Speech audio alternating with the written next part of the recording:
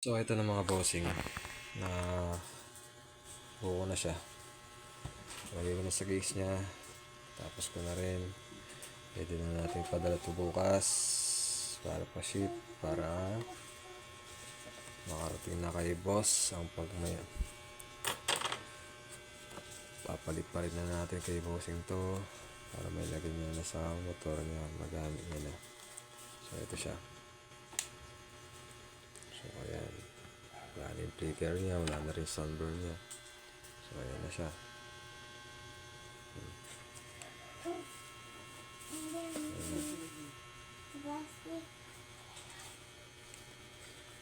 Okay na. Maraming salamat bossing. Ito na yung panel case mo. Goods na. Ride safe. So kung may mga gusto magpagawa dyan na issue niya, flicker yung display, wala siyang backlight, no RPM, wala yung mga indicator light, pwede nyo ako i-message.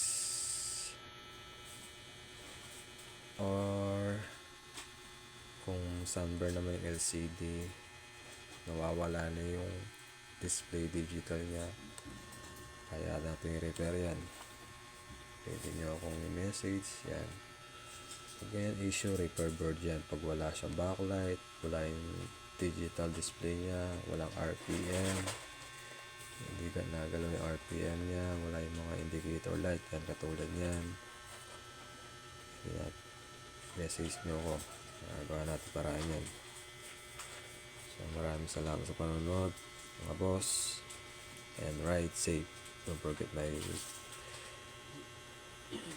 please like and share my follow, subscribe my YouTube channel para sa marami nating video na i-upload. Yan, huwag niyo kalimutan paki-hit the button para updated kayo sa aking mga video. Yan mga boss.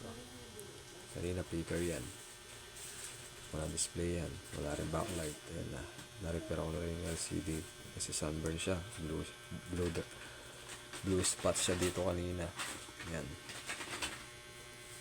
So maraming salamat sa panonood mga boss.